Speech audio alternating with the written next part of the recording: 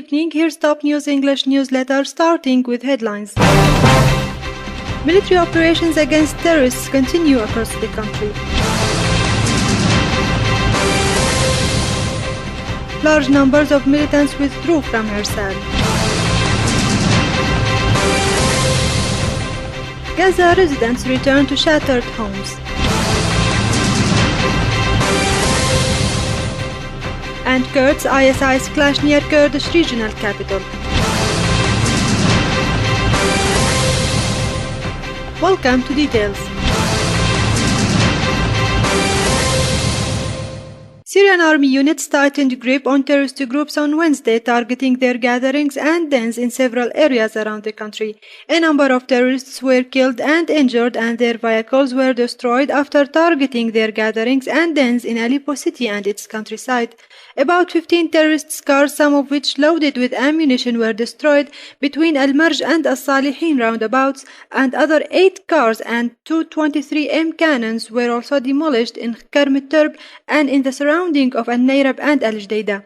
23 terrorists of different nationalities were killed in the surrounding of Aleppo airport. In Daraa countryside, 29 terrorists were killed by army units in Da'al roundabout, in addition to killing all members of a terrorist group to the west of Tel al-Khudair. Terrorists' attempt to infiltrate from Al-Ya'duda towards Tel al-Za'tar was also foiled. Army units eliminated a number of terrorists and destroyed their vehicles after targeting their dens and gatherings in several villages in the countryside of Damascus and Al-Qunaitira. A number of terrorists were killed and wounded, while 2 vehicles equipped with heavy machine guns were demolished in the farms of Khan al-Sheikh. Terrorist infiltration attempt from the town of Beit Tima toward Khan al-Sheikh was foiled, where a number of terrorists were killed and wounded. Gatherings of terrorists were also attacked by the army units in front of Endomi factory, a Nablus farm, the Chinese villa and a Sharia school in Al-Auja area, and near the agriculture school in Khan al-Sheikh, where a number of terrorists were killed and injured. In Qunaitira countryside, an armed terrorist group was attacked by units of the armed forces to the north of Tal Ahmar, in addition to targeting a number of terrorist cars in Abu Shita area in Qunaitira countryside, where a number of terrorists were killed and injured, and a number of their cars were demolished. In Lebanon, a large number of Islamist militants withdrew overnight from the embattled northeastern town of Irsal as mediation efforts continued to end the fighting with the Lebanese army, a future movement official said on Wednesday. About 50% of the gunmen had pulled out, Irsal's future movement official Bakr al-Hujayri said. He said that negotiations were ongoing toward a complete withdrawal and the handover of Lebanese soldiers held captive by the militants.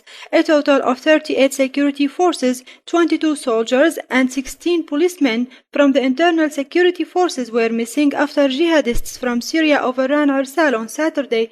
3 security personnel, 1 soldier and 2 police officers were handed over on Tuesday. According to a security source, there is a decent chance that some of the other abducted soldiers will be released on Wednesday. The Committee of Muslim Scholars who are continuing their mediation efforts underlined the need for a negotiated truce. Lebanon's Hezbollah insists that the resistance movement is providing only logistical support to the army in its battle against Al-Qaeda-linked terrorists in the northern town of Irsal.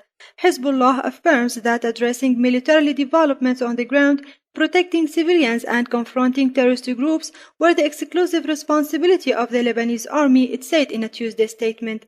The statement came in reaction to a number of future lawmakers and some media outlets alleging that Hezbollah was assisting the army in its fight against militants in Irsal. In the meantime, a high-ranking Hezbollah official speaking on condition of anonymity said that the party is worried that the army's capabilities do not match its resolve to regain control of Al-Biqa' Valley town, where 4 days of clashes have killed 16 soldiers and 9 civilians. For now, Hezbollah has taken a decision to step back from the confrontation with ISIS in Irsal and leave the mission to the Lebanese army, which has no choice but to stamp out the threat at any cost, even if it means sacrificing the lives of soldiers and officials, he said. However, the party has deemed the 11 kilometers separating Arsal from Al-Labwa, a bastion of support for Hezbollah, a red line which could trigger the party's direct intervention.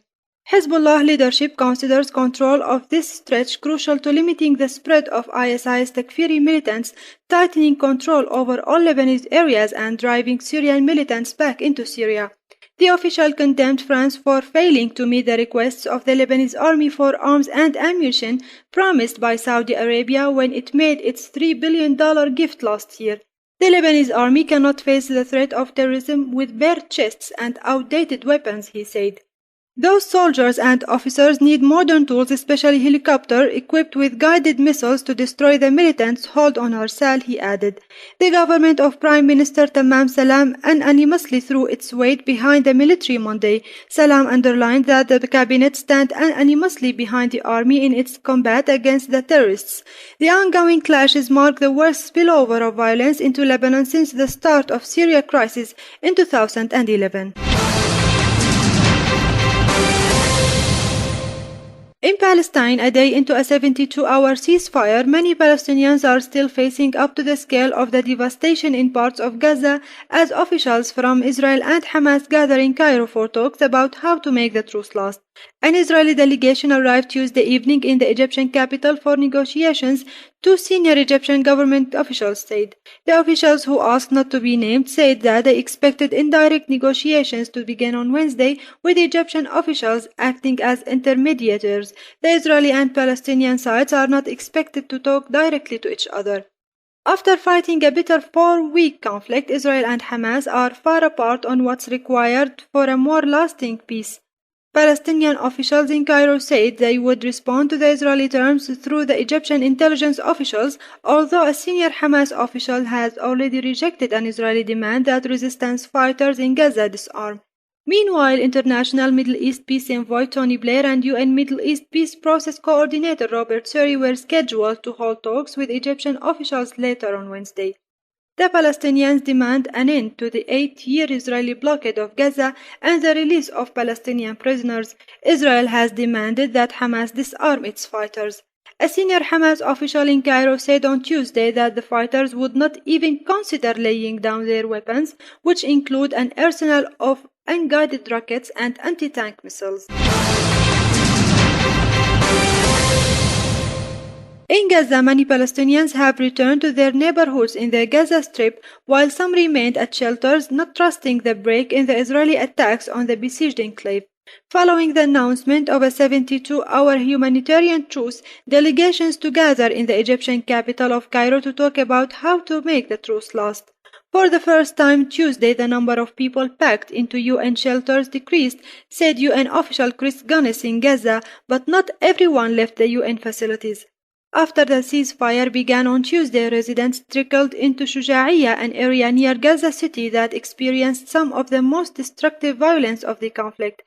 They found craters and ruins where homes and shops once stood. People scaled crumbled concrete and twisted metal to rummage of any belongings left in the rubble. In Iraq, Kurdish forces attacked Islamic State of Iraq and Syria fighters just 40 kilometers southwest of the Kurdish regional capital of Erbil in northern Iraq, a senior Kurdish official said on Wednesday. We are changing our tactics from being defensive to being offensive. Now we are clashing with ISIS in Mahmur, said Jabbar Yawar, Secretary General of the Ministry of the Kurdish Peshmerga fighters. Yawar said the Kurds had re-established military cooperation with Baghdad. Ties had been strained between the Kurdish leadership and the Shiite-led government of Prime Minister Nouri al-Maliki over oil, budgets and land. But a dramatic weekend offensive in the north by the Takfiri militants prompted them to bury differences and work together against the biggest threat to Iraq's security since the fall of Saddam Hussein in 2003. Yawar said 50,000 members of Iraq's Yazidi ethnic minority who fled the offensive and are hiding on a mountain near the town of Sinjar, risking starving to death if they are not secured in 24 hours. Moreover, in Iraq, reports say that ISIS Takfiri militants are carrying out a genocide in Sinjar, a small town northwest of Iraq that was once home to Iraq minority community of Yazidis. The ISIS terrorists have recently captured the town after driving away the Kurdish forces in the region. Witnesses say that the terrorists are executing dozens of Yazidis for refusing to convert to their faith. Based on incoming reports, 67 young men were shot dead by the militants. Besides executing the Yazidis, the Qaeda offshoot is also reportedly taking Yazidi women for jihad marriage. Moreover, in Iraq, reports say that ISIS Takfiri militants are carrying out a genocide in Sinjar, a small town northwest of Iraq that was once home to Iraqi minority community of Yazidis. The ISIS terrorists have recently captured the town after driving away the Kurdish forces in the region. Witnesses say that the terrorists are executing dozens of Yazidis for refusing to convert to their faith. Based on incoming reports, 67 young men were shot dead by the militants. Besides executing the Yazidis, the Al-Qaeda offshoot is also reportedly taking Yazidi women for jihad marriage. Muhammad al-Khuzai, an official with the Iraqi Red Crescent Society, said that ISIS took more than 100 Yazidi families to the airport at the nearby town of Tal Afar where it executed the men. Reports claim that the terrorists have forcefully taken away a large number of children from the Yazidi town for their families. Several Sinjar local government and municipal workers have also been executed by the ISIS. The United Nations, that called the ISIS takeover of Sinjar as a humanitarian tragedy, also has raised concern over the fate of civilians trapped in Jabal Sinjar mountains. Reports claim that the ISIS militants are starving out the men, women and children stuck in the mountains without food and water. A Yazidi lawmaker broke down in tears during a parliament session on Tuesday as she urged the government and the international community to save her community from the Takfiri militants who have overrun the region. Egypt's Interior Ministry says militants attacked a police checkpoint in the country's north, killing the 5 policemen. Security forces killed 4 of the attackers in gun battle that followed. The attack took place in Dahba area in the coastal province of Matruh late Tuesday. The ministry says that security forces deployed at a nearby port rushed to the site, pursued the attackers and killed 4 terrorists. It gave no further details. Egyptian daily Al-Masri Al-Yawm says that the attackers shot and killed the policemen, then set fire to their vehicle. The blaze spread and left the bodies of the slain policemen badly charred. Egypt has seen a rise in militant attacks since the ouster last July of its Islamist president and a crackdown on his supporters. In Pakistan, a U.S. drone strike killed 5 militants in Pakistan's northwest Wednesday, security officials and residents said, as the country's security forces press ahead with an offensive in a Taliban stronghold near the Afghan border. 2 missiles slammed into a house in a village in the Detta Khel area in the border region of North Waziristan, security officials said, injuring 2 militants besides the 5 dead. The bodies of the 5 people killed were charred beyond recognition, one of the villagers said.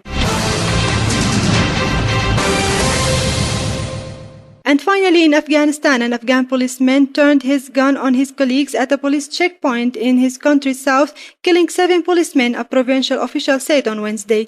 The incident late Tuesday night was the latest among so-called insider attacks in which Afghan forces or gunmen in Afghan police or army uniforms turned their weapons on Afghan colleagues or NATO allies. Earlier on Tuesday, a gunman dressed as an Afghan soldier turned an allied troops at a military university on a base west of Kabul, killing an American major general and wounding about 15 U.S. and coalition forces, including a German general and 2 Afghan generals. That's all for today. Thanks for joining us. I'm Dima Yunus. Good night.